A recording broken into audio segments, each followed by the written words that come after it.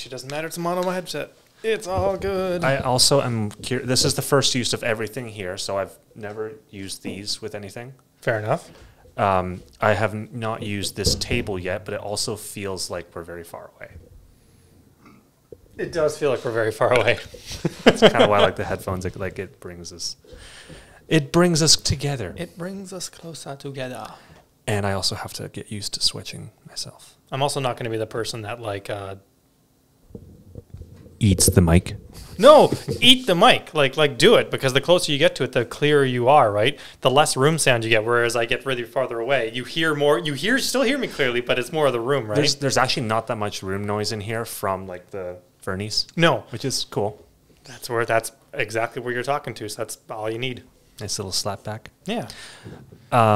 You were telling me about Crosby. Oh yeah. So yeah, I'm getting him a dog hat, which I think will just be adorable. That is TikTok marketing for you. Dog hats, dog sweaters, dog socks, dog shoes. Dog socks are cruel. Have you seen dogs wear those? I've seen them wear the little boots. They can't walk. Oh, no, they do, but it helps like short-haired dogs in wintertime. Fair enough.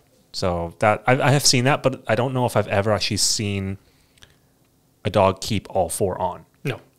For like more than 2 minutes. But anyways, this grape juice is nice. I like the grape juice. Num, num, num, num. Num, num, num, num. Num, Cool. num. I'm actually going to try some cherry in here. So I don't really have any topics to cover, except I was thinking that it would be kind of fun to talk about audio. I'm always down to talk about audio. Yeah. Aggressive or non-aggressive, I don't care. I've been having more fun on set than I was expecting to as well. Getting to mic people up with good tools is fun. It makes your job a lot more fun when you have not like the right tools, just the appropriate tools.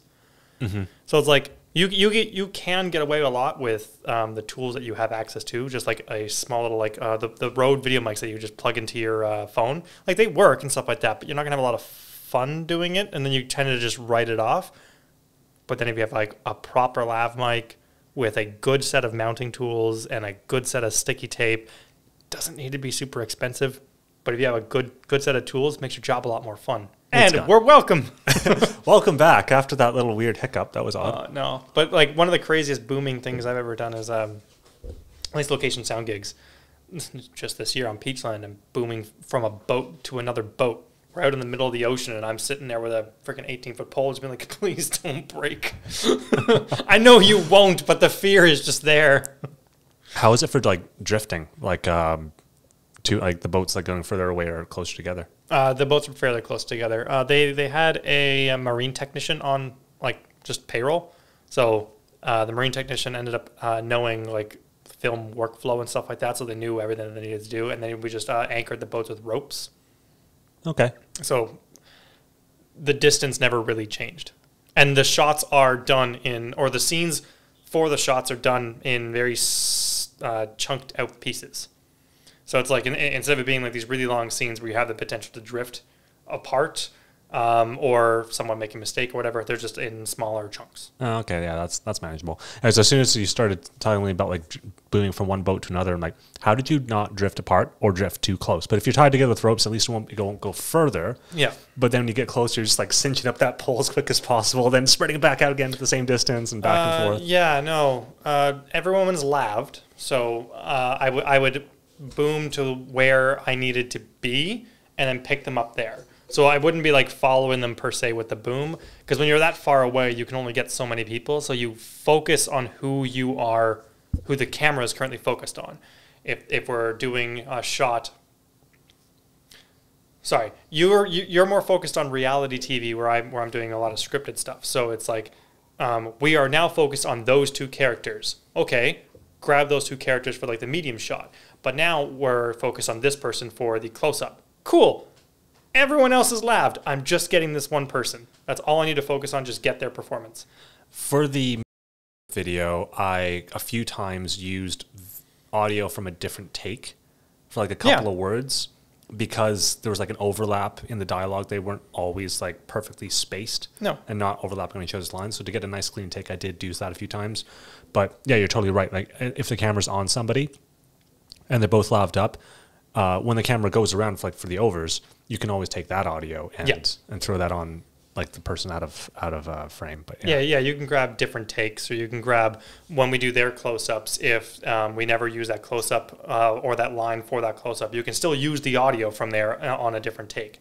Like, it's always good to roll the mics if you have them. Roll them. If like plant mics and stuff like that, they work great. Put them down. I have access to 4 lavs. I'm only miking up 2 people. Let me just throw some plant mics in here and just see what we get. Why not? The thing again, I told you, like I planted a mic on the jar of cow shit. Well, it wasn't actual cow shit, but it looked like it.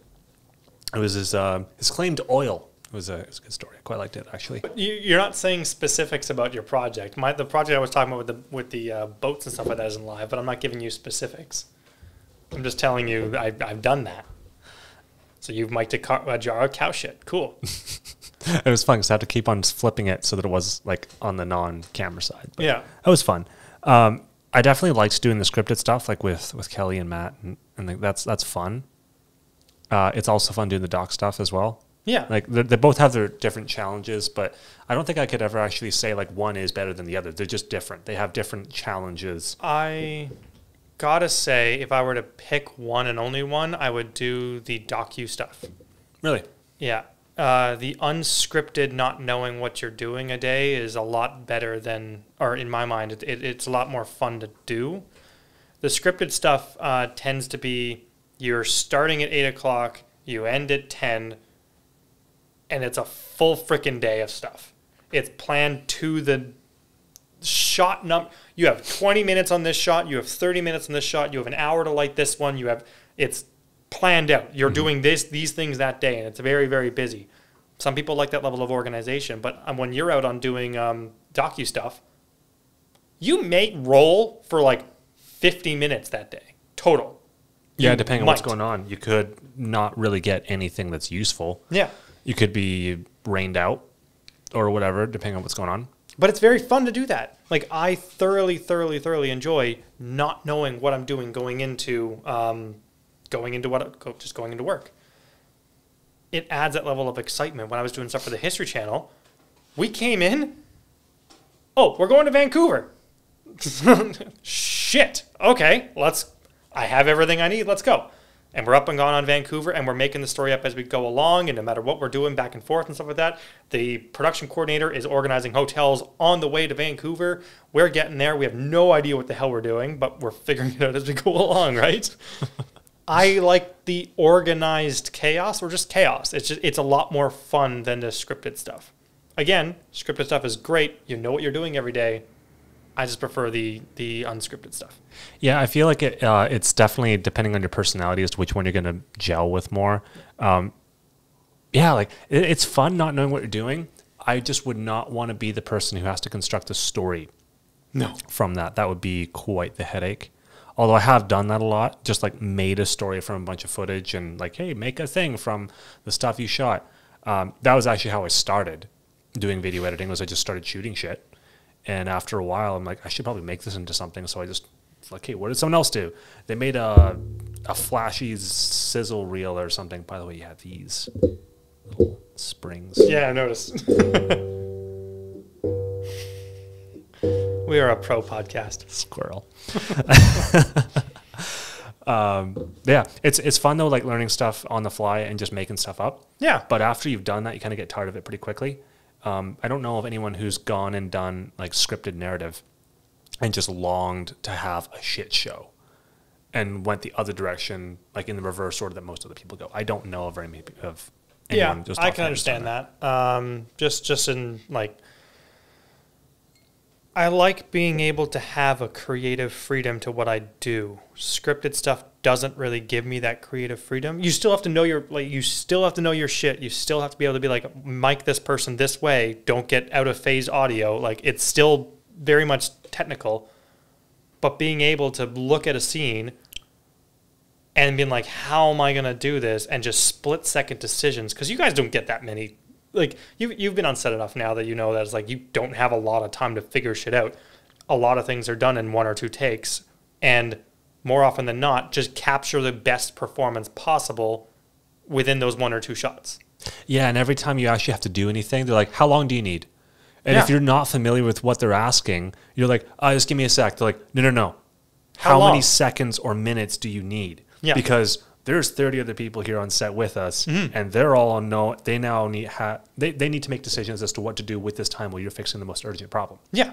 If they're going to change a lens, swing a lens, or change a battery, or move a light, like maybe there's that guy who's just been waiting. Like as soon as they have a break, I'm going to go and just angle that thing a little bit. And if you don't know how long you have, they may or may not do that. And if they do it, and you're like, okay, I'm done. They're halfway through. They're like, shit, now I'm the one holding up production, and everyone just hates whoever didn't give an accurate time.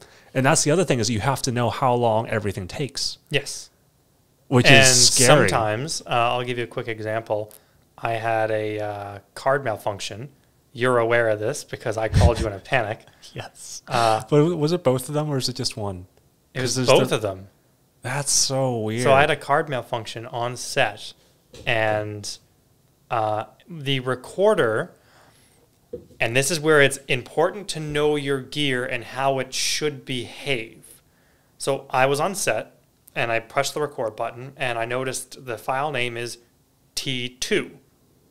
Take 2. Great. That's what it should be. And then the next take, it goes T2-1. I'm like, that's weird. Shouldn't be doing that. It should go to take 3. Okay, we'll roll with it. Keep going. And then I got to take 4. And I'm like, this is weird. Let me just stop. Everyone stop because there's something up here. I go back. Sure enough, it's just writing over take 2 all the time. Oh, no. I don't know why the hell it's doing that. So I'm like, guys, I need like 5-10 minutes. I need to figure this shit out. Sure enough, they asked me why. I'm like, I'm having some technical problems. I will be right back. Go in there. I'm sitting here frantically searching the Sound Devices manual, which kudos to Sound Devices. They have a really intuitive manual. I've heard so many people saying, like in comments and reviews, that like bought it for the technical support. Yeah, no, because seriously, it's that good. They're that good. If you have a question about anything, it's in that manual. So I'm sitting there reading the manual, and you can just go Command F and just find whatever the hell you want to find. And they're like, okay, cool. So if you're having this here, the card's probably formatted incorrectly. No, because we're like 30 takes in. I'm not formatting the card. I need a computer to dump this stuff onto now. Well, they had one on set. So I swapped out cards. I'm still having the issue. I'm like, okay, fine. Something else is the matter. It's not just the card. Just keep going down the menu. Oh my God. You can reset the functions of the Sound Devices by holding the menu button when you reset or when you turn it off. And then it just resets it. Keeps all your settings. It just reboots the machine in like a factory sort of way. And I was good from that point on. But I had 10 minutes to figure it out. So I was like, if you don't know your equipment, you run into problems. That's when you have a bad time on set. Same thing with lavs. They don't have the range. It's just you have a terrible time from that point onward, or you find different solutions. If you can't be in that physical card, you have to drop bag it and then you Comtech in. Comtechs have a much better range than the lavs do, so you just plop it in, do it up. And that's because Comtechs operate on a different bandwidth than most consumer electronics. I've actually found that the Comtechs that I've been using that you got, they are worse than the lavs. Are they? More often than not. I mean, I think. You're also not using them, though. I'm not using them, but I only say that because of how many times I've heard somebody saying that I don't hear it now. But I still hear them, and I'm further away than she is to me. Fair enough. But I also don't hear how many times it's good. Because if it's good, you don't say anything. God, I'm so happy to see people are freaking liking the channel. Yeah, your channel's really been booming. And the Discord thing keeps my phone alive all day long. You should see the other Discord communities I'm active in. Ooh, that's better. Where I'm less, I'm more spicy. It's a little bit diluted, and it's got that slight little bit of bubble. It's nice. Might need a little bit more, though. That's about as perfect as amount as I'm willing to go for it. But I'll start with that for now. Anyways, where were we? I don't know. Cavco. We're now on to something else because I don't like talking about government programs. Let's heated abandon that debate. topic, especially all the time. I don't really have any time where it's not annoying to talk about. But anyways, different topic. Sound effects. I like sound effects. We were talking about sound effects a while ago. We haven't talked about them for some time now. Oh, no. Cars. Dream sound effect stuff. Outside of cars. I know you really want to do cars a lot. I really want to do cars. Anything else? Any other kind of loud things or rare things or difficult things to obtain? So I would love it. I would absolutely love it if you and I, as sound editors and sound designers, can go ahead and record those guns again. The Foley of them, something. Planting microphones on each of the individual guns, like actually doing a good recording session. I'm working with a lot of gun libraries right now because I have to design 42 gunshots before the end of October. It's a lot of freaking work. But with that being said, I want to do it. I really, I have the equipment for it. Why not? I think we should only bring one of the shooters this time, because one of them brought fans, and the fans didn't cooperate, and that was a sad. So we should definitely limit who's all there. Yeah. No. Shooters, Foley. I would love to do just a straight Foley library because I think in general that would just be easier to do. And then the gunshots themselves, I would love to do it as well. But now that I have more microphones, I have now more blimps. I feel like the recording session will come out a lot better. The last one did not turn out because, my God, we had too many people. Too many bodies. There's too many bodies there that didn't know that, hey, if I can't hear you, that microphone can. We're recording gun tales. Shut up.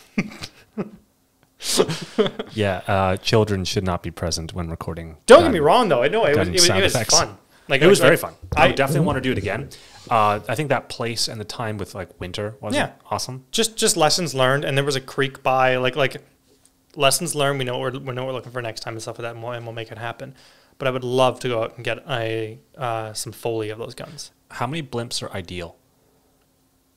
How many microphones do you have? Well, you know how many microphones you have, but like how many? Okay, just give me the range. What's like barely possible for like these are good enough recordings, and what's like ideal? Like how many microphones would you want for? I don't even know what kind of gun to suggest. So I have two blimps. I have a CMIT and a Neumann. Fantastic microphones. Place both of those on either side of the microphone. You're good to go. And then I would also do lavs on the actual gun itself. The COS 11s would do fine for that. And just put a little wind buffeted on them. They're good to go. Then you want to get distant microphones. I have two Sony recorders for that, the D100 and the D50. Place them further back. They have super, super, super quiet preamps in them, and they're stereo recorders. So those are good for like medium and distant echoes and stuff like that. So you put those in their own blimps further down? Yeah, I just put windscreens on top of them. Just like little furry covers or whatever. You only really need the blimps if it's windy out, right? I would place the Neumann and the CMIT inside the blimps, but I would also want different perspectives. My ultimate setup, I would want rear microphones to capture the kickback of the gun. You're going to get more boom, less crack. Two microphones on the sides of the gun. You don't really want to go in front of the gun unless you have like dynamic microphones, because any condenser you'll just kill. Right.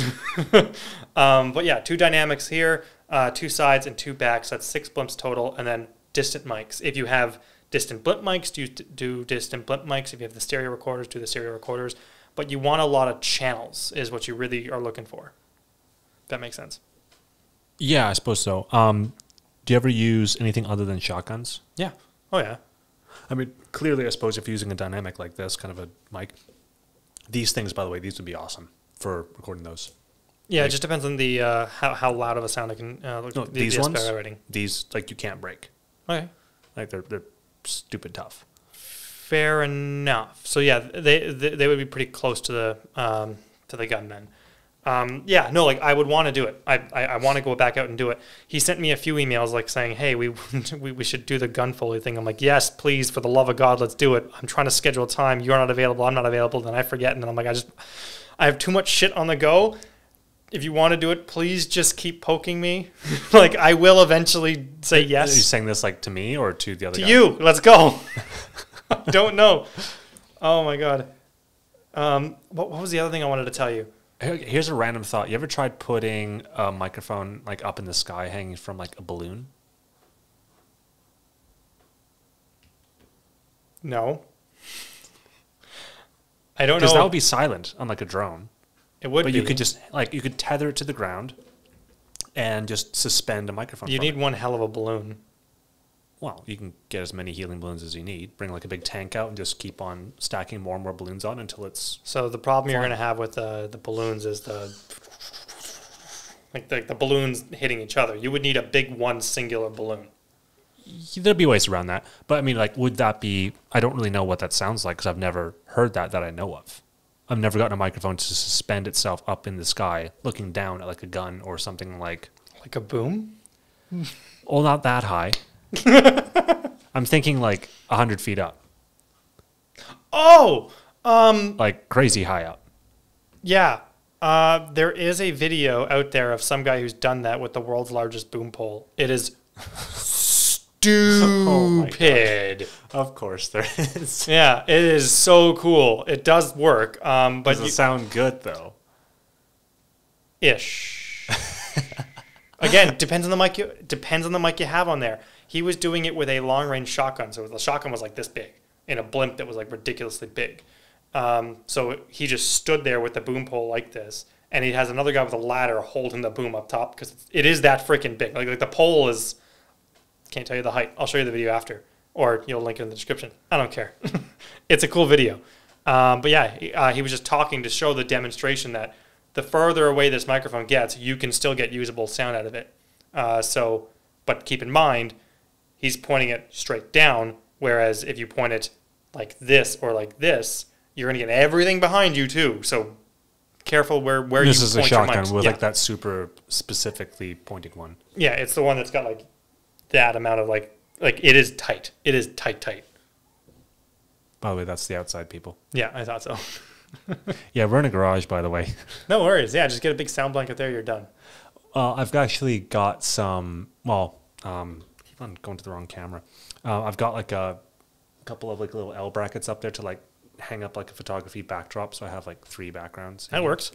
So ideally, a couple of couches over there, mini bar, 3rd camera, a video switching system that works. That'd be cool. I'll tell you the name of a podcast in a minute that you should watch.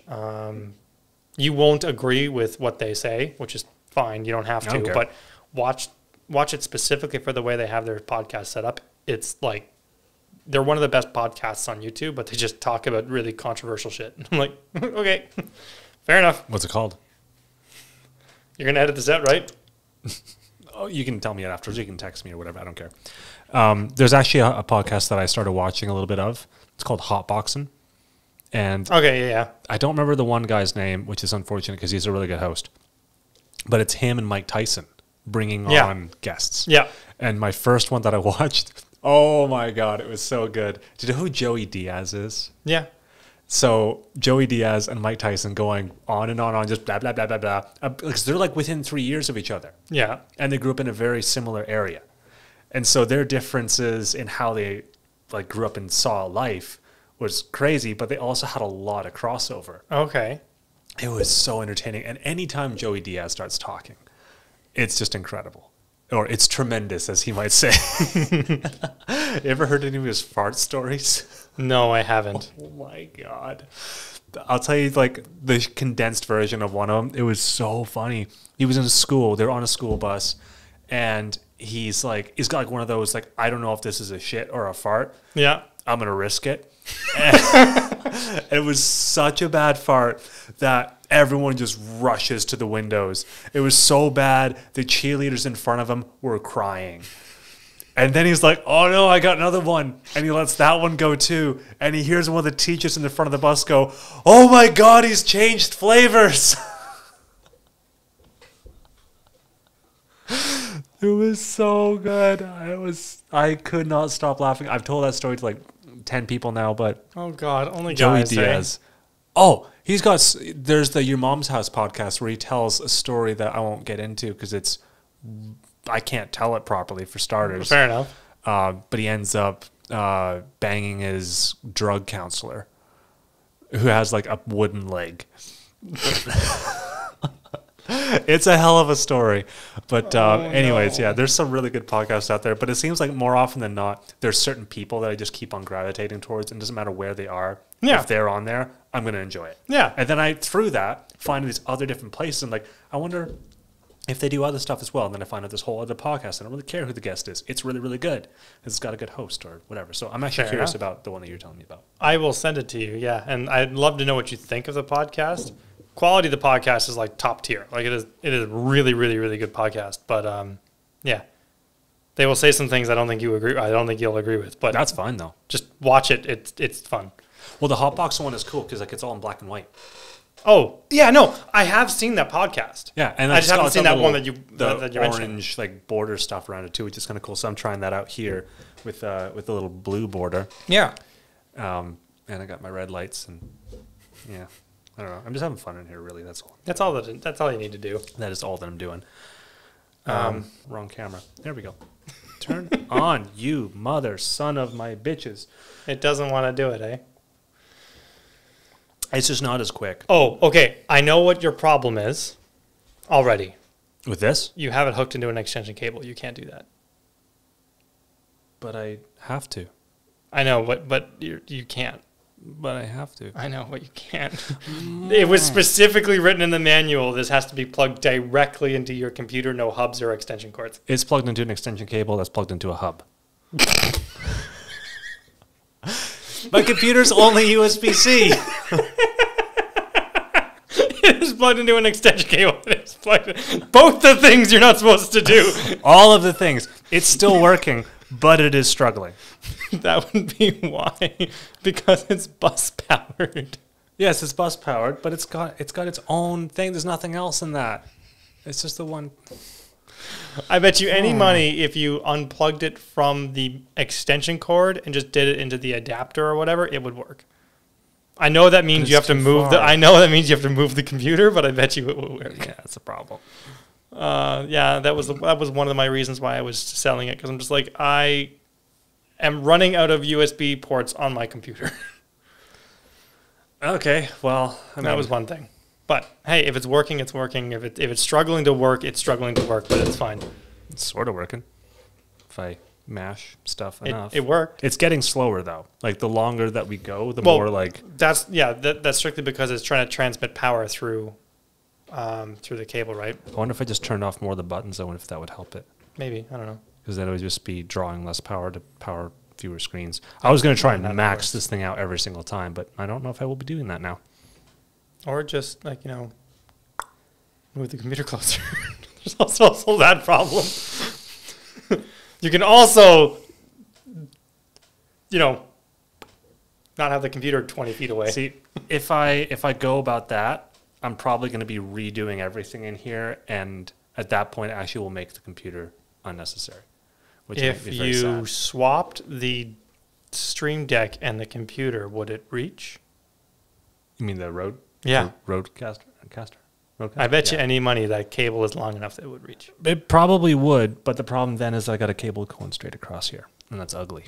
I don't like ugly. I do, but I don't. Clearly. Do what all cameramen do and just frame it out. Pick a different angle that's more flattering. I don't know. It's not a bad idea. It's worth a try, but like, hey, you're working out the kinks and stuff like that. That's probably what this one is. I'm going to post something of this. Yeah, do it up. There's lots of fun stuff to talk about. Mm-hmm. But yeah, no, we should talk to Ben again. Yeah, we should. Okay, I'm down for that. I don't know why everyone has the exact same idea for how to start a podcast, but they do that. They're like, oh, I'm going to open up in front of the microphone. That's going to be the open. It's going to be so cool. I've had a few people do that, and actually I think I had like 1 or 2 people do that. And I thought it was a cool idea. And then I started seeing everyone else doing that too. I'm like, oh, that's who got the idea. Everyone already does this. But anyways, I'm doing some vodka smash. What are you doing these days? Like outside of work, because like you gotta find something. I mean, you got your family around, which is what cool. is outside of work? Fires and telescopes. That was kind of fun. That wasn't really outside of work. I invited you over to come have a break from work. And then I started filming it, and it kind of... And then it became work. I think I still have that footage somewhere. You should send me at least a piece of it, because I'll throw it on my new video. Okay, I'll do that. It's all about fire safety and recording fire stuff. And I'm like, I have a good 2-minute long section in there about fire safety. And it's like, let's do that. Don't set my mountains on fire. There's a new one out on the west side. You can just tune into some of the frequencies on different stuff. And there's the emergency frequency. There is nothing illegal about monitoring. There's everything illegal about transmitting. Yeah, so I don't. Yeah. I only listen. I only listen to this thing. And yeah, I actually started looking up addresses for where things were being reported. Yeah. There's a lot of shortness of breath in like Highway 33 area. Yeah, I can believe It's kind of funny. It's like everybody's shortness of breath thing is like, oh, it's in the same area again. But yeah, there was one report. I think it was 1227 was like the first sighting of some smoke in West Side, and then like not even 2 minutes later there was a second sighting. Like they're calling it in over the radio. I'm just like listening to it, like this is cool. Just hearing about stuff before it happens, and I started thinking about, I wonder if I just started like whenever I have time, if that ever happens, booting out to these places and just getting shots of it, and just wait for the news to call me and be like, I've already got the shots. Yeah, do it. I'm like, firefighters tell you strictly don't do that, but yeah, do it. Well, no, I mean, stay clear, like, far enough away is not going to be a problem. That's what zoom lenses are for. But go and get shots of the stuff like whenever it first happens. Yeah, that telescope was badass. That was so cool. Right? You just take the telescope and then put a big zoom lens on and see if like 500 times zoom. Didn't really have the most stable image, but... Well, that's because we didn't have a camera mounted on the thing. It was like... If you had a camera that was mounted on it and then you could like adjust the length this way, then it would be good. But because we're doing it with a phone, the tripod was stable, but the phone was not. No, we were all hyped up on adrenaline. Just like, I can't hold my phone steady enough. But yeah, anyways, I got some cool shots, and I love that video with the background commentary. Yeah. That made me laugh a lot. So what am I doing in my spare time? Mm-hmm.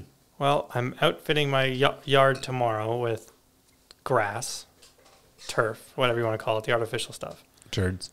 Just throwing turds on the yard. Well, my yard is currently full of dog turds, and I haven't been picking up because I'm just like, screw it. They're going to deal with it all anyways. They're going to flatten my yard with new shit anyway, so frig the old shit. Well, what you're doing is you're actually fertilizing weeds. There you go. To spring up through it. Time of the morning till early noon. What's up? I want gun foley. So I'm just going to monologue here for a little bit. I started thinking about some topics. No, I'm one efficient. In particular. I'm efficient. I just said gun foley. Oh, okay. I'm very, very efficient. There's a few topics, not very many, but there's a few that I have enough opinions on to rant about for some time. Oh, fair enough. One of them is charcuterie boards. Yeah, I make a mean charcuterie board. No, see, you wouldn't like my rant then. Let's go. It's very rude. Basically, the short story is I don't understand why you would tease somebody with, here's a bunch of sample pieces, basically disassembled. So here's an IKEA equivalent of food that you have to prepare yourself delicately while having mid conversation around a bunch of people. And the stuff that you're making things with is with your fingers or with utensils so small they belong in a Lego set. Once you've assembled this piece that you've worked at for I don't know how many different things you can combine together. Once you've found all the bits that you want, put them all together, the cracker's broken, snapped in half, and it's crumbling all over the ground. By the time you actually eat it and get it down your throat, you've had as much as a tooth fairy's worth, a delivery package of food. You have to go make it again, and you're just bored with it. And you're just like, where's some real food? Like, what is this? There's either no point to this food, it's purely decorative, in which case, why are we eating it? Just leave it be. It's like those dishes that the Asian restaurants will have, like, coated in the saran wrap. They'll just, like, stick on the windows and the shelves. Like, here's all the stuff that we make. Tell us the one that you want. Point at it. We'll make that so you can actually eat the whole thing. You know, the size of, like, adult's portion of food. But no, here's a charcuterie board that's got all the assembled ingredients laid out for you to look at, and it's beautiful. And as soon as you start taking them, it messes it up. So now it doesn't look good anymore. It didn't taste as amazing as you thought it would because you combined the wrong things in the wrong order, and there's 17 different options of cheese and meat and crackers and sauces that you can't pronounce the name of. And by the time you've got them all together into something you can actually enjoy, conversation's gone, your focus is somewhere else, you missed out on all the things that people were saying because you couldn't find the damn fork because it's so small that it slipped in between your crack in your toes. You're wrong. Charcuterie boards are something where it's supposed to be a social gathering where you're talking with people and you're just combining different things. You get a sample of every cheese, you get a sample of every sauce, and if you do a charcuterie board right, there should be something sweet. There should be something salty. There should be something savory. There should be a cracker. There should be different types of sauces and stuff like that. The whole point is every bite you have is something different. It's the same thing like with your Thai place that you talk so much about. Every bite should be different. No, that is incorrect because the Thai way of making food is there's all four things in every bite. So you proved me right. No, yes, no, you because did. You're saying every bite is different. You're no, but every bite should sample. have those combinations of things. But you're saying something not that. You're saying that you can try all the different things. You have all these different options to try a little bit of everything. It's one at a time. Not all the things all at once. In which case you may as well just turn it into trail mix. Which you could do. You could, but it would deeply insult the person who made the charcuterie board. In this case, you. Because we just butchered the whole presentation side of it. I love the idea of a charcuterie board, but the context that they're commonly put in doesn't make any fucking sense. Why would you distract everyone with this conversation and the whole thing that requires all of your concentration to enjoy the food? So you must hate chips and dip. No, because it's the same thing over and over again. Chips and different dips. Well, you scoop the dip you like into the bowl, then you take that. Oh my God, it's like you scoop the right sauce that you want on the cracker. But my God, I love this onion sauce. I want to have this on a cracker. That is one bite, though. Who cares? You can't just scoop the whole thing of pork onto your plate, piece out with it. You can. You can assemble multiple different types of crackers that you want and then frig off. But that's what shitty friends do to gatherings that they don't get invited back to afterwards because that guy hogged all the cheese. No, you don't hog all the cheese. You take what you want and you go. Charcuterie boards, in my experience, have been very small. So you can't really have then you haven't had a proper charcuterie board. Okay, the first time I had a good one that I really enjoyed, it was actually at a wedding. It was my friend's backyard wedding. Yeah. And the charcuterie board was not a board. It was a charcuterie boat. Yeah, it's a big amount of food. So a proper charcuterie board shouldn't be just something that's super, super small. Make it for the amount of people that you're doing. 4 of these tables. Yeah. And it had levels. Yeah. There was more food than people. The whole point of it, though, is for you to experiment and try different cheeses with different ingredients. And it's just like the samples at Costco. What flavors do you like? It's just like a buffet at Tokyo One. What sushi do I like? I'll pay a little bit of money for a lot of food, and I'll figure out what I like, and then I'll go somewhere else to get it. I really like this type of meat. Horse. I didn't realize I like horse meat. You just made so many enemies. I don't care. I don't care either. I've had some I accidentally ordered it. Food, and some of it is worth No, but I accidentally ordered it. I went over to what's the place that's just off the road here? Like what? The Mediterranean Market. I ordered 2 meats. Where's that? The Mediterranean Market. You don't... Oh, God, we're going there. Okay. Great place. I might know by a different name. I don't know. It's literally called the Mediterranean Market. They sell subs there. They're right across the street from Subway, 7-Eleven, Nestor's Market. They're right in that area. Definitely haven't been in there. Okay, you're going there because that place is unreal. But anyways, I walked in and I was like, I need to get some meat for a charcuterie board. Perfect. I walk in and I'm like, okay, I need 4 different kinds of meat. And I want to pick this one and this one because they're safe meats. By safe meats, I mean, I know what they are and I can pronounce them. And then I looked at 2 other meats and I'm like, I can't pronounce that. Give me those.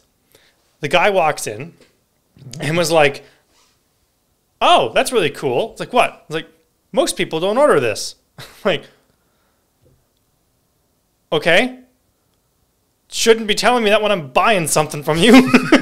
It's like, oh yeah, no, just people just don't generally order this one because it's not as popular. I'm like, again, why are you trying to make me not buy it? I just want something new. I always want, when I go to a new place, I always pick something that I haven't tried before and something that's safe.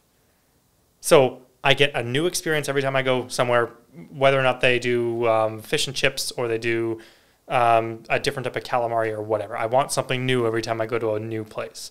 I'll never order something that I've already had. But I order 2 different types of meat, and then I order 2 safe meats. So everyone else can have something special. So when I come back home, I unwrap them. I'm like, this is a lean freaking meat. On its own, garbage. It is horrible. It is piss awful. You might even call it horse shit. It is horse shit. No, seriously, that it is god awful. But it's because it's so lean. You throw some cheese on there, and you get a nice salty, what's it called, sauce. Really, really good. It's because it's so lean, it needs a lot more fat in order for it to make sense. You wouldn't figure that out if you didn't have a damn charcuterie board. Okay. That's the point of them. What I'm getting from this is I've only had one good charcuterie board. Yeah, I'll make you. And I've been to restaurants where they serve these things first. Yeah. And they were awful. I hated them. I one time went on a date and we got charcuterie boards. Yeah. And I honestly just couldn't wait to get out of there and get real food. Like, I dropped her off and went and got food.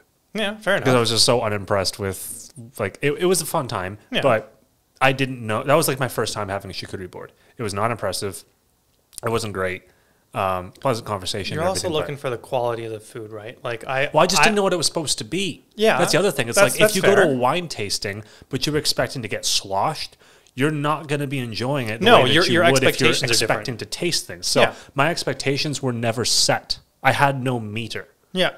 And then I get just thrown left and right these comments from white, like total white girls, like Instagram white girls, going on and on and on about their goddamn charcuterie boards. And I'm just sitting there thinking about all these miserable experiences, thinking, why does anyone ever order these? This is horse shit. It's just like having what the frick that thing is called, fondue or whatever. If you don't know what the hell it is going into it, you will look like an idiot every time. This is true. I have had good fondue in Switzerland and other places as well, where it was done beautifully. Yeah. And I was told ahead of time how to enjoy it. Yes, but that's the important bit. That made a big difference. That's the important part. How do you actually enjoy it? Or it's the same thing with eating a lobster for the first time. I know that's a strange concept, but it's like eating a lobster for the first time. If you don't know how the hell to do it, you're going to have a bad time. Yeah, that little that spine in the middle, or even shrimp, if you have to like shell it yourself, you're going to have a nasty taste as soon as that little black, I don't even know what it is. That like the nervous thing or what? The blood vein. The blood vein, that little black dark line that's kind of pull up from the middle. That's pretty miserable. Yeah, the blood vessel, and then you want to keep an eye out for any green shit. Quite literal. The big green shit line that runs through the lobster tail. Okay, I don't know about that for lobsters. That's new to me because I've only actually had lobsters that's been done up for me. Yeah, fresh cut lobsters will have, or some of them will have a nice little shit line. Like, cool, remove that. But again, it goes to the point of if you know what you're expecting going into it, and you're the same thing. Have you ever listened to a song that was a cover, and then you listen to the original, and it's not as good? Yeah. So you're taking that exact same concept with a charcuterie board. You've had a bad experience with one charcuterie board, and now you're going into it thinking this is going to be piss awful. I listened to the local bar scene cover bands playing the Beatles. Yeah. Out of tune, off pitch, off time, ignored by everybody. And then thought, this song sucks. And then I'll go and listen to Here Comes the Sun on vinyl. I'm like, what? What's going on here? Like, that was a horrible example. But I know what you mean, though, and I butchered that pretty badly, like most people butcher charcuterie boards. I'm sorry, you're wrong. I can make you like anything. I have no doubt that you can. Yeah, I can make you like anything. But I've got bad charcuterie history, and I definitely have not let go of that rant. And until you... I'll accept a challenge. Yeah, that's fair. But I have been given challenges like this in the past. So, for example, this one you won't get because you don't drink. But you're familiar with the drink, the Caesar. Yeah. People get raging boners for them. Like, they absolutely love their Caesars. Yeah. And they'll have it just a certain way. There's some places that put a whole cheeseburger on a steak I've seen knife those. hanging off the Caesar. They go all out. It's insane. So I hate Caesars. And I told somebody that, and they're like, I can't believe it. You must have had a bad one. And I'm like, I don't know. I hated it. This is the only one I've had. It's like, okay, I'm going to go make you one. This was a bartender. Okay. So they went and made it, sampled it, made like 3 of them. Gave them to people that love Caesars, and they all confirmed this is a good Caesar. Bartender samples it. This is good. Try this. I tried it, had a sip, gave it back, said, no, thank you very much. Take this away, pour it down a drain. Give it to someone who will appreciate it, whatever. Same experience, again, different year, different bartender, same conversation, same sequence of actions. I hate Caesars. I can't do them. And you know what? That's a fair thing to say. If you genuinely don't like the flavor of something, that's one thing. Perfect. That's fine. I don't like it when people go ahead and say, I don't like this. And I'm like, no, you don't like how you've had it. If you genuinely don't like Caesars, that's fine. You might just not like that combination of flavor. For example, you go to Dakota's or Doc Willoughby's or no, the one right next to Fernando's? No. O'Flanagan's? Kelly-O's? Stop. The one right next to the Brown Social House. Isn't that Dakota's? Yeah, Dakota's. They have those Caesar wings. They're not half bad. They're pretty bold flavors. I can't really do too many of those because like it's just it's so flavor overload. That's my exact thing. They're not bad. They come in a group of 10. I can only eat 3 or 4 of them solely because they're such a bold flavor. Like, I don't mind them. Like they're not half bad. They're just, there's too much on that wing to the point where it's no longer a wing. It's like a chicken the same salad. thing with all dressed chips? Yeah. Yeah, it's just too much. Like, it's just too much. The bag is the size that it is, but I'd rather like a sample pack. Yeah, I'd rather have a smaller thing. But I'm not a huge fan of like heavy vinegar flavored things. But Frank's hot sauce? No, but my point is when you go to eat something, you don't like it because if you don't like fish, I'm like, no, you just don't like how you've had fish. Period. You can get really, really, really good fish cooked very well. You might like your fish more well done than most people because if it's cooked medium rare, perfect, it's a little wet. It's a little moist. It's not moist. It's not fish, in my opinion. When you touch it with your fork, it should fall apart. It shouldn't hold together.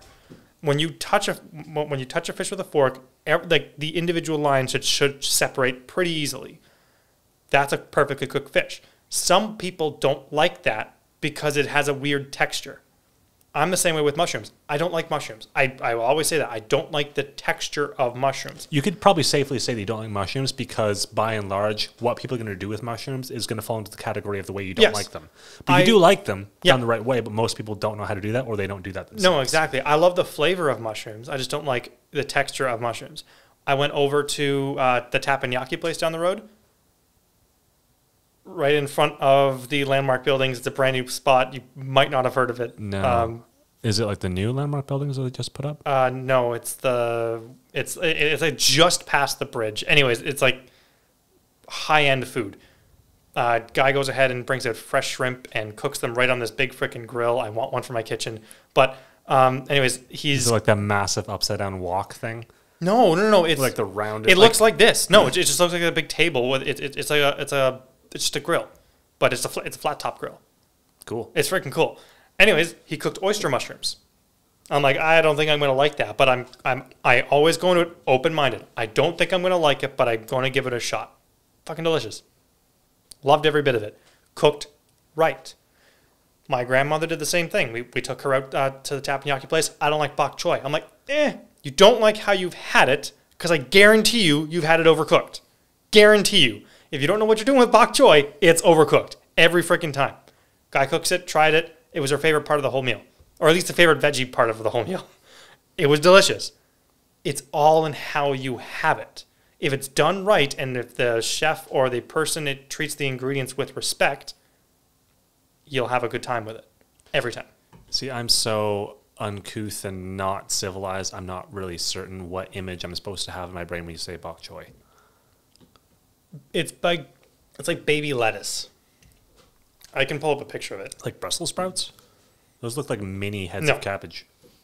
By the way, cabbage is just a fun word to describe things as. Cabbage. Have you seen this guy's latest work? It's cabbage. It's like a more offensive way of saying garbage. Some words are just fun to use. So that's bok choy. Oh, okay. All right. So, like, properly cooked, it looks like that. Okay, I think I've had that in some salads. So a lot of people overcook it. Actually, this is also overcooked, right? The top of it is wilted. It's not supposed to be like that. Yeah, that's what I know it to look like. Yeah, but it's not supposed to be like that. So it's like most people will have it overcooked. It's like you got to understand something. Like us as Canadians, we don't have a lot of culinary independence. We don't. We don't invent a lot of things. We kind of adopt a lot of things in terms of food. Hawaiian pizza being one of them. It's the most hated thing. Poutines are also the most hated freaking fry dish. Americans don't like it. Poutine? Americans, period. I understand Most not Americans, ordering I can't say it, all but who's going to Americans, actively go and try to destroy poutine? But I can see people going to try and order all of the Hawaiian pizzas they possibly can from a restaurant to throw them out. Yeah. What's his name? Ron White? Yeah. No, not Ron White. Ron White's a comedian. Yeah, that's a comedian. I'm thinking of the other guy. Ron Stewart? Ron Stewart, maybe? Dude with a massive mustache. He's sure. He goes up to it's Parks and Recreation, one of those episodes where like he goes to this like little Costco sample stand kind of thing, and they have vegan bacon. And he asks for a piece, like, can I have a piece? Like, yeah, here you go. He takes it and drops it in the garbage and says, can I have another one? The guy's like, okay, here you go. He takes it and puts it in the garbage. He's like, can I have another one? And he just keeps on going. It's great. But I can see people who want to do that with Hawaiian pizza. Like, can I have all of your Hawaiian pizza? Cool. I'm going to take it to a bonfire. No, and I get the hatred of it. I personally really, really like it. And I'm sorry, every time we ordered pizza, period, like just pepperoni, meat lovers, just like 4 or 5 different pizzas, and then there's a Hawaiian one. The Hawaiian one is always gone first. Always. No shot. It's always gone first. I don't know who doesn't like it and for the reasons why. Pineapple doesn't belong on pizzas. Fine. You just don't like a sweet dish. That's fine to say. But you haven't had a true Hawaiian pizza. You've had it from like Domino's or freaking wherever. It doesn't matter. Just like not a good sweet and savory pizza. Margarita pizza is a sweet pizza. Have you been to, what's it called? Bad Tattoo? No, but I want to go. So they opened up downtown here. Did they? Yeah, it's in the new stretch of buildings between the Cop Shop and Gordon. Okay.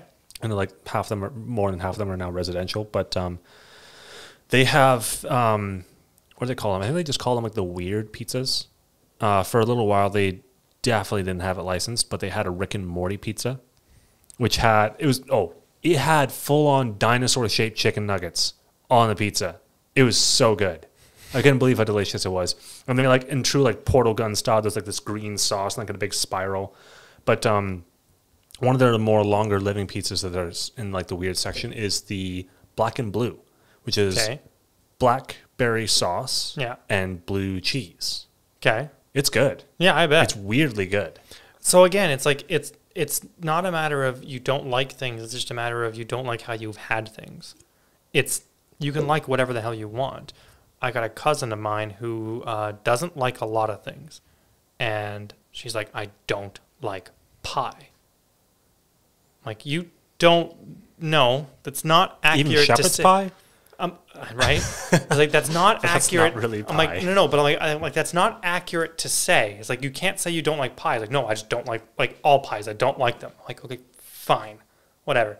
So, my other cousin brought home, or is a baker, she brought home a pie-shaped dish. It had a pie crust, but it was different.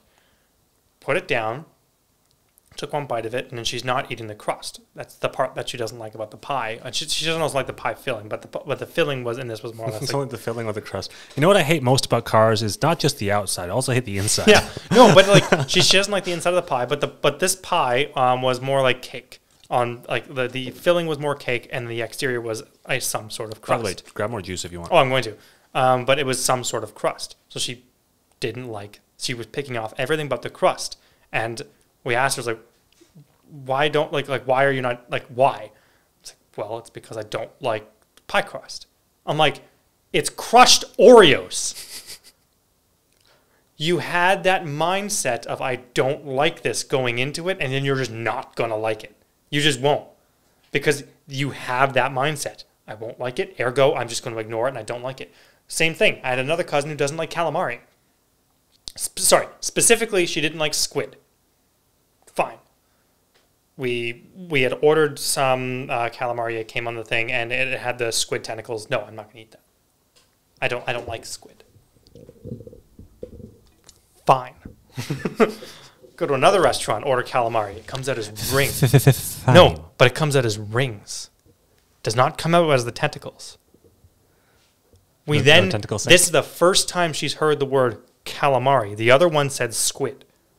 Set it down. Ate it. She loved it. Kept eating it. It's gone. What was that? Squid. It was squid. You like it. It's because you didn't know what it was going into it. You have that mindset of, I don't like it, you're going to have a bad time with it. I definitely didn't ace this test. Boards. Oh, you motherfucker. And you agree with me, too. That was not an agreement, just so we're clear. Oh, it totally was. That was definitely pushback. No, there totally was. Bullshit. Do you not agree with me that if you have a bad mindset going into it, you're just not going to like it? We just had this talk about it with location sound. No, here's my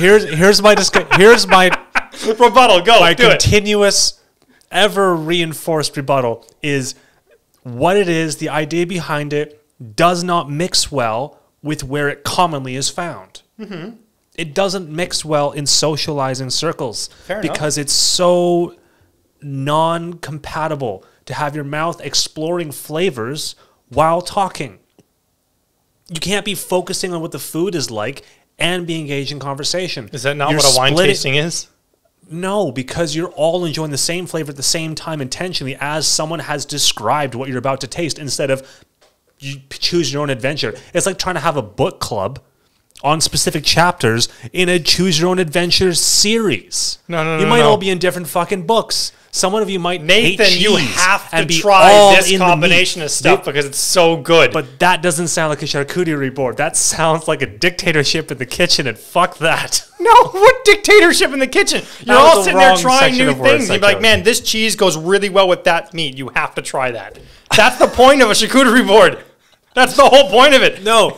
You're agreeing with me. I can see it on your face. I don't think that you have it wrong. I think everywhere that I find charcuterie boards has it wrong. That's fine, but you can't say you don't like charcuterie board. No, I don't like them because they're continuously found in a negative experience because of the combination of flavors, foods, and social context that they're all brought together in. It's garbage. Why would you put all those things together in the same time? Let me order a whole fucking box of charcuterie board stuff, make my favorite flavors, make note of them. Maybe they're all like color-coded or something, and then I go to some place that had all those ingredients, and I order a meal that has all those flavors in the orders that I liked and the combinations that I liked them. That makes sense. If you have it like an appetizer or like a pre-menu menu, try these things. The things that you like, we'll have those in a combination of food afterwards. But if you're just exploring, and that's the beginning, middle, and end of the entire thing while yakking. Okay, I'm going to stop. That's horrible. Do you want to know how to have a proper charcuterie board? Like an actual proper charcuterie board. What is the ideal context to have a charcuterie board in? So the ideal context to have a charcuterie board is you have a ton of people that want to have a meal. You bring some sauces. You don't give them one. You give them a charcuterie board instead. No. Just like a meal where you're sitting down talking to people and like that. And a charcuterie board is really something that you have before the main meal. It's just like an appetizer that you kind of like self-assemble. But here's the ideal way to have it. You pick a couple bits of cheeses that you like. Get a couple cheeses. You pick some sauces. You get some vinegary type stuff that you think would go good, like some really nice pickles or some really nice stuff. You get some crackers. Everyone brings something to the table, and then you try new things. That's the whole point of a charcuterie board. Or it's one person organizing it, just picking a ton of their favorite stuff, favorite cheeses, favorite meats, favorites, vinegar type sauces or sweet type sauces or jams or whatever. You put them all on a plate, and everyone goes ahead and gets to try little bits of it. If all you like out of the charcuterie board is the cheese, eat the freaking cheese. That's the point of them. You don't have to self-assemble everything. Sorry, I'm pretty full of vodka right now. Fair enough. It's empty. Fair enough. Sad. Okay. I stand by my Caesar conclusion because of the ways that I tried it. And that's fair enough. You've had someone that did it right, and you don't like it. Fair enough. You just don't like Caesar.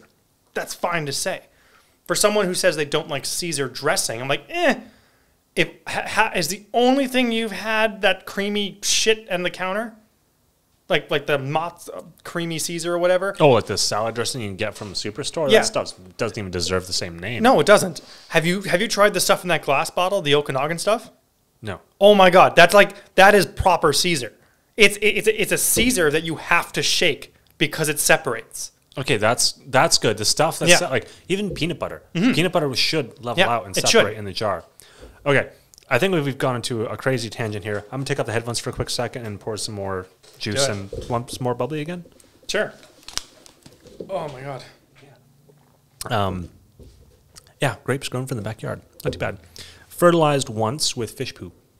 Fair enough. This year, anyways. The ground that they grew in is probably still got some residual fish nutrients from when there was a koi fish pond right next to it. Fair enough. It was a lot of grapes. Do you want to know one of my biggest gripes in food? What's that? There's like one or two specific phrases or words that you can say that just make no freaking sense whatsoever. And one of them is unsweetened iced tea. And charcuterie board. No. I'm sorry. You agree with me. You just can't because you went on for a 2-minute rant and now you can't go backwards. No, see, I'm open to trying it again. Right now, I still have an opinion that I'm sticking with because that's all that I know. That's fine. But go on to your unsweetened iced tea. What is unsweetened iced tea? Tea. Cold tea. Tea that hasn't been what? Fucked with? It's unsweetened. What the hell does unsweetened mean? Oh, so you're wishing that it said non-sweetened. No, just tea. It's just cold tea. Yeah, but cold tea is different than hot tea. No, in the way that cold coffee is different than hot coffee. It's prepared differently. I need you to show me the machine that takes the tea and extracts the sugar out of it. You're telling me you add sugar to this tea just for the sole purpose of taking it out. What does unsweetened mean?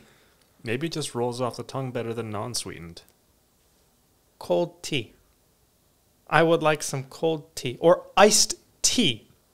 I would like iced tea. And then I would like sweetened iced tea. See, in America, it is normal to have iced tea, not have any sugar or anything in it. Yes, and that's a Canadian thing. Yeah. Oh yeah. To have normally sweetened tea. Yeah, that's here. I know. We take things and change them slightly and then call them our own.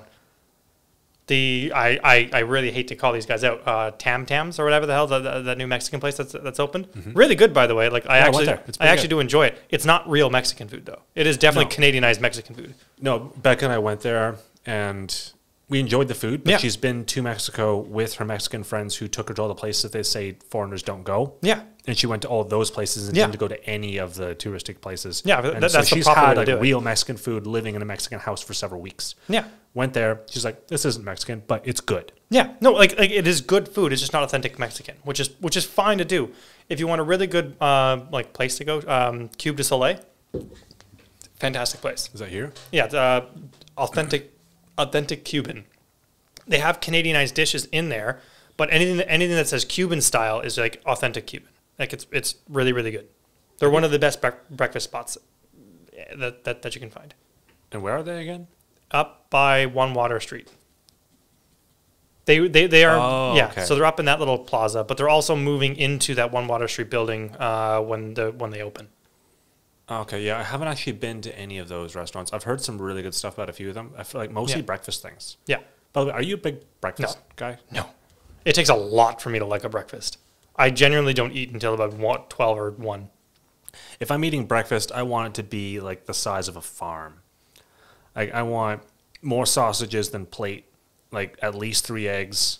The hash browns better be in plenty, and like keep pouring coffee. Like just more and plenty often. Yeah, is my theory with breakfast. Or skip it and just stack all that onto lunch. But I also eat like 2 people. Yeah, fair enough. I just like eggs are one of the things that I don't really know how to cook very well, and I would like to get better at, but I don't like breakfast. I find eggs are more of a thing that complements other stuff. Yeah. Especially if you're doing camping food. Like an egg sandwich. And you just want to like add more calories to like a small dish. So you could do something as simple as, I don't know, fucking stir fry. And just crack an egg into it and just mix it in with everything else. And you're just adding more protein and calories. Yeah, but I'd say a stir fry needs an egg. But you can do it with or without. Like you can do it with or without, but I'd say if you remove the egg component from it, it's not traditional stir fry. Like there's 2 things a stir fry needs, and it's rice and egg. Everything else you add is you kind of make it your own thing. Yeah, there's so many ways to make stir fry. It's almost as common as, or as different in variety as like lasagna. Yeah, but I think if you take away those 2 things, it's no longer stir fry. It is something else. I've definitely made stir fries without any egg. Yeah, but okay, it's like doing a carbonara, but doing it with chicken or cherry tomatoes. It's like it's still a carbonara, but it's not authentic. So it's not traditional. So it should be something else. By the way. If anyone's actually listening to this, whenever I post it, I know nothing of food. He does. I know lots of food. Like I know nothing about food. I'm not qualified to be bitching and moaning about any of the things that I'm bitching and moaning about. Here we are. Oh, frick! I perfectly cooked a halibut. Like, do you want to know the perfect way to do it? Aren't they huge? Like the fish themselves? Yeah, they are. They're massive fish. Like they'll kill you. They're huge. They don't think they're that big. I don't know. But they're like close to tuna in terms of like size and potential aggression. Probably. I don't know about the fish I eat. I just know how to cook them. So you know how a fish, you have it when it's like thick like this and then it kind of tapers off towards the tail end, right? Yeah. Yeah. You got to pay attention to that. When we cooked a fish on a barbecue, and I would sit there and my barbecue has 4 zones, right? So not 8, 4. 1, 2, 3, 4, and I would turn on zones 1 and 2, and I would leave the other 2 zones off. I would turn the fish this way, so the tail end isn't getting cooked really anything. It's just getting cooked with residual heat, and I would cook it this way. And I would just monitor the temperature with it. 145 is what you're aiming for, or 135 on the grill, 145 off the grill. And then once it got to about 75% of the way done, I would rotate it. So now the back end tail is cooking, but then I would rotate it 180 degrees there. Every bit of that fish hit 145. Like exactly. It was the perfect fish from tail to head. It was fucking amazing. Yeah, I'm a big cooking guy. The best fish that I've ever had, or that maybe not the best, the one I remember best as being the best, whether or not that's true, was fish that I had only like 2 bites of, 1 or 2 bites, and it was while winter camping. So already everything tastes better when you're camping. Yeah. It's just you have to put a little bit more work, and just that extra bit of work and struggle to eat just makes it taste better. But the fish was caught like 3 or 4 minutes earlier. Yeah. Pulled it out, gutted it on the fire, ate with nothing else. Yep. Just fish. And I couldn't believe how good it was. There's a big difference between fresh and frozen fish. And if there's one thing that I don't overly order a lot of in BC, it is fish. Because I find there's not a lot of places that order it or that have it fresh. A lot of it's frozen. And you can tell immediately as soon as you put your fork to it, right? If you touch the fish with your fork and it kind of bounces back, it's a frozen fish. It just straight up is. Again, a fish, when you touch it, should fall apart. It should be flaky. Fresh fish is like having fresh shrimp. Fresh shrimp tastes like lobster. It tastes like almost identical to lobster. Overcooked, obviously, no. But a lobster... Frozen shrimp, still really good. They just don't have that same flavor profile. Fish is the same way. If you catch it fresh, you have it fresh, use fresh local ingredients, man, you'll never make a dish that you dislike. Yeah, lobster is one of those things, like it's very, I don't know, it's always like classed with like upper echelon things, places. I'm not a huge fan of it, but yeah. It's very rich. I did have it one time when I was I think it was just before I became a teenager. And it was good, but I'm glad I didn't have a large like portion of it. Yeah. Just because it was so rich. Like I didn't understand what people meant when they said like, this tastes so rich. And then I had lobster. I'm like, oh. Yeah, it's just really filling. It's almost too much. Yeah. In a weird way. It's like this is overstimulation. I need something bland to counter it. Or a break. Either one. Yeah, and then they load it up with butter, which I don't overly agree with. I think you're gonna have lobster. Like enjoy the ingredient as it is, right? I don't really believe in like throwing a shitload of butter and stuff just to make it work. Garlic butter, like in great example. I like to do more complex flavors rather than simplistic flavors. So I'm doing something where it requires to me to add like a tablespoon of sugar or whatever. I'll add an orange peel, or I'll add a carrot. It's sweet, but it's got a little bit extra in there. Same thing with just doing a straight butter dip. Garlic butter. Why not? Garlic butter is really easy to make. Food processor, garlic in a pan, garlic in the pot, and then butter in the pot, whip them together. You can make rosemary salt too. That's really cool on a steak. Like that's really good on a steak. Same thing, food processor, salt, rosemary, blend it. Shred it. And then you can make all different types of like peppers and salts and stuff like that. And yeah, it's a lot of fun. Have you, I should actually give you some of this seasoning stuff to try. You ever tried bread they've used molasses instead of sugar, instead of all sugar? I think so. I should give you some, because I actually have some, like a couple more slices with me that my mom made. Okay. It's really good stuff. It's like 2 pieces, and I feel like I've eaten half a loaf. It's really filling. We're sound guys talking about food, by the way. Yeah, I was just thinking about this. Like, this is such a different course of things to talk about. Course, pun intended. But it's it's interesting. I don't know. You just have a wide range of things that you can talk about with an authority, or at least with some kind of like with some kind of authority base on of your opinion. It's not just pure speculation. But yeah. Anyways, start out with talking about what do you do outside of work? I guess it's food. Yeah, food's a big portion of it. Yeah, we did a really nice short rib bolognese the other day, and that was freaking amazing. See, I wish I enjoyed cooking, because I really don't. It's not fun. What don't you enjoy about it? It's time consuming.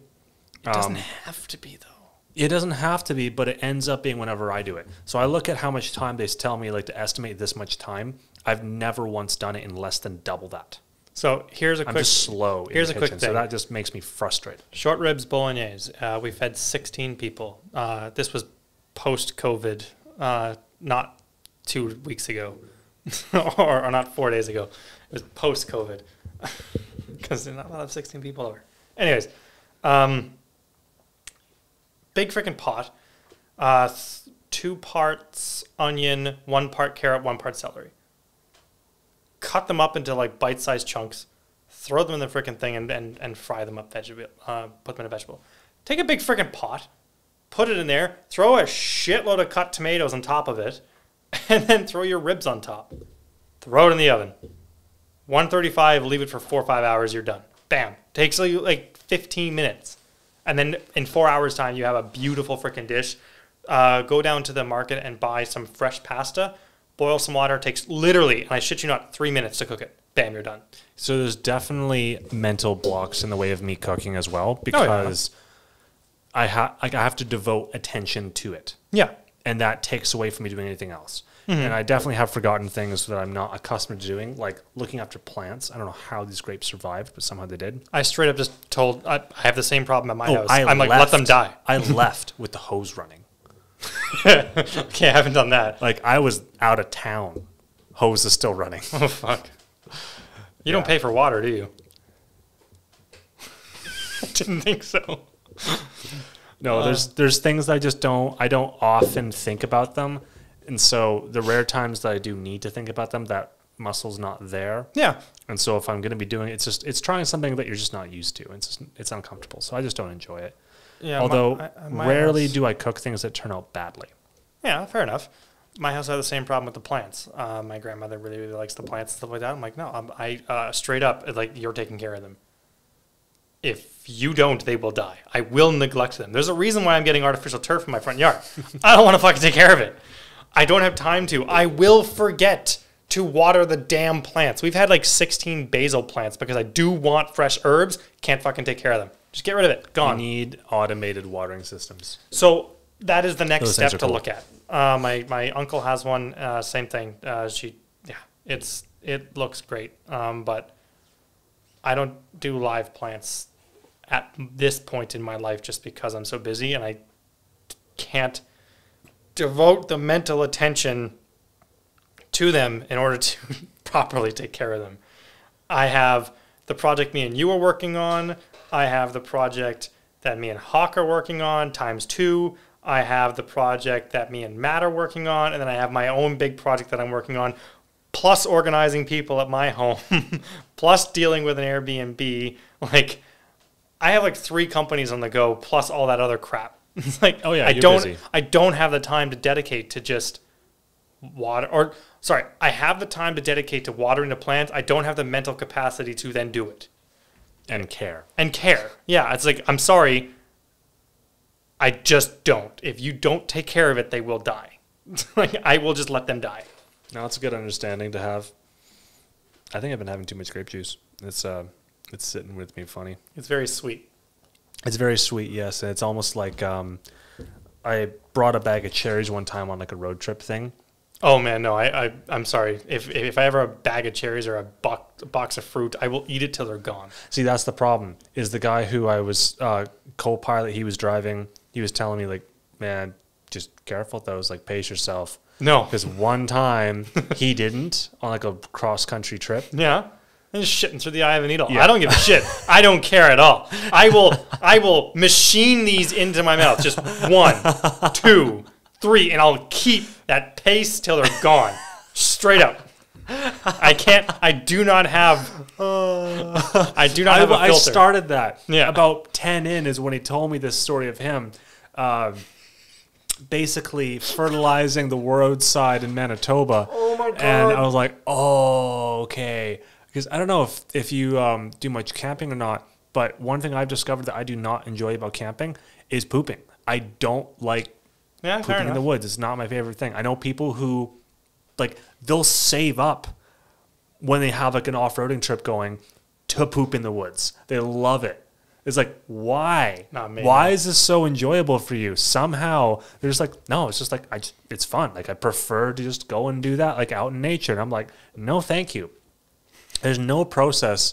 There's no part of that process that's enjoying at all. Like, this is not quite another rant, but it may as well be. It's not a fan of it. I've gone so far to, like, looking up if I'm just going about it wrong. Not really.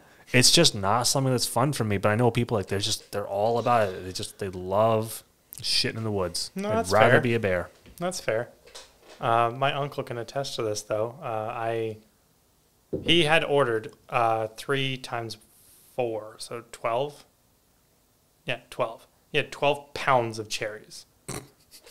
Oh, no. And he's like, hey, do you want some cherries? I have a lot. We need to get rid of them. I'm like, man, you just put them in front of me. I'll eat them. No worries. So the guy who eats like a bird. Oh, I will pay. It's because I'm busy, and you probably do the exact same thing. I will make a meal and just eat it throughout the day. Not really. No. Okay, It's no. like, I'll I'm just the same destroy this plate in record time. No. Moving on.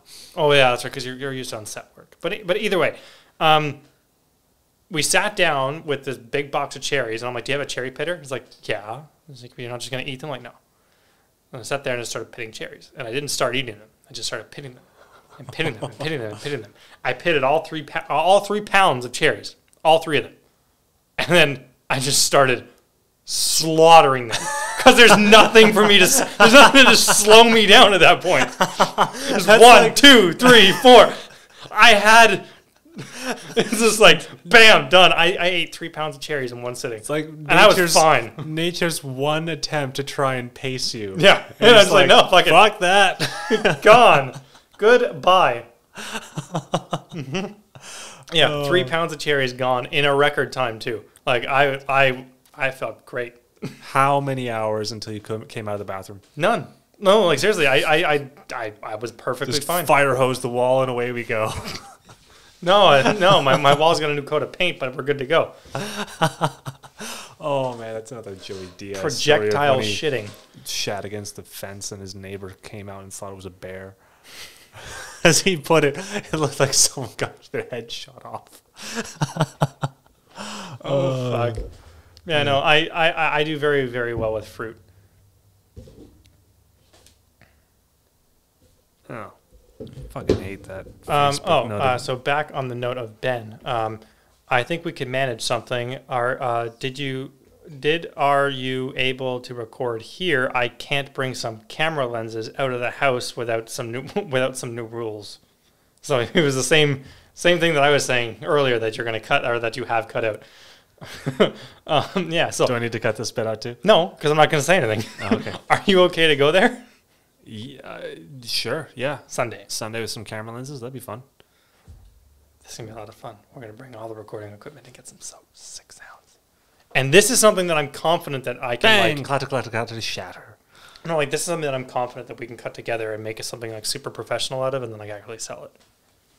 Because cool. I make a lot of stuff that sounds really professional, but I use a lot of stuff that I can't actually like sell because it's not solely my recorded material. I don't record a whole lot. I would really, really like to, but I don't. Mainly because I'm renting my kid out to you.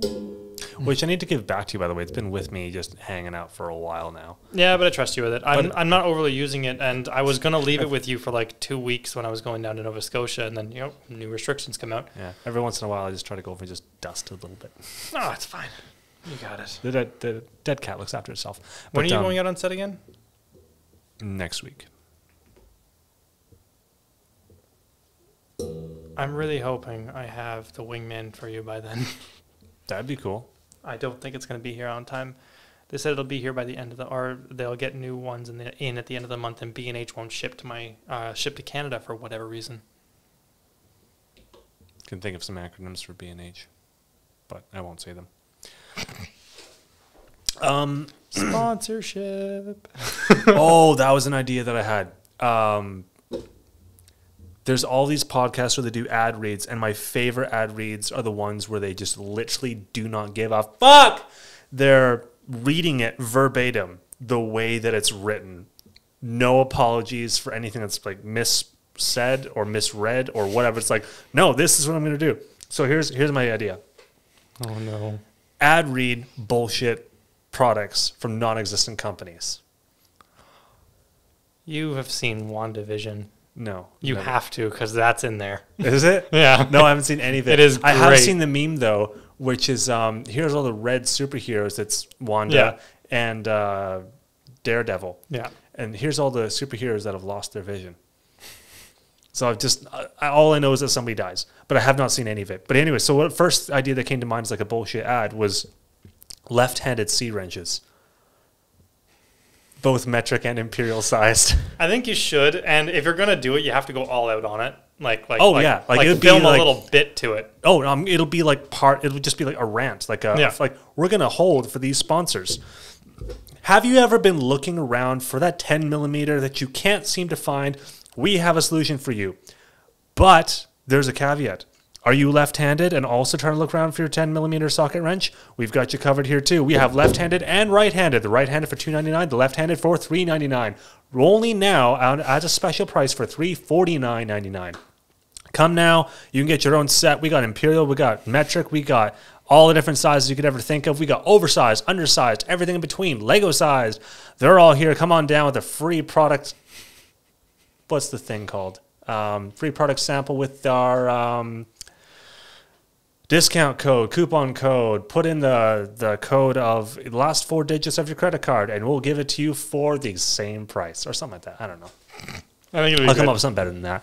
But I'm just going to start making up products and reading out ads for them. Then if people actually do want me to read out ads, I'm just going to either like read exactly what they write, including like, dear so-and-so, please read it like this. And so that's going to be part of it, including with the email sign off at the bottom with the phone number and address. Or I'll just keep on making shit up. That's fine. That also works. Oh, my goodness. I have like 8 videos in the works that I have to get done. I'm waiting on people to send me footage Not you.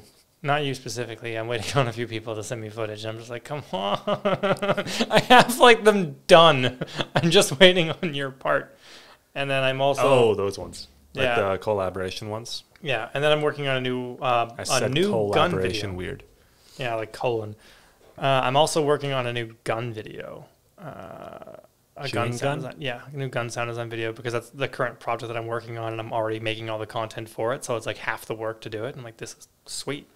It was also one of my most successful videos. I'm trying to find the metrics that I have for it. It's almost at 20,000 views. Quite literally. 19,000 something hundred. It doesn't tell me on the app. It just says 19K. It was not like 96 or 19,600 when I last checked it. Like I'm about to pass 20K, and it's been almost a year since I posted it. So now I want to do part 2, but part 2 is going to be more like looking into a pro level workflow. Where the first one was kind of just like an introduction. Like here's how you can do it. I'm like, no, fuck that. We're doing pro. I'm not doing no softcore freaking. You can make a gunshot with your hands going like, and like process that and make that work. I'm like, no. I'm gonna show you how we do it. I feel like you did that move pretty rehearsed. Like you've done that. Yeah, the kapow. Yeah.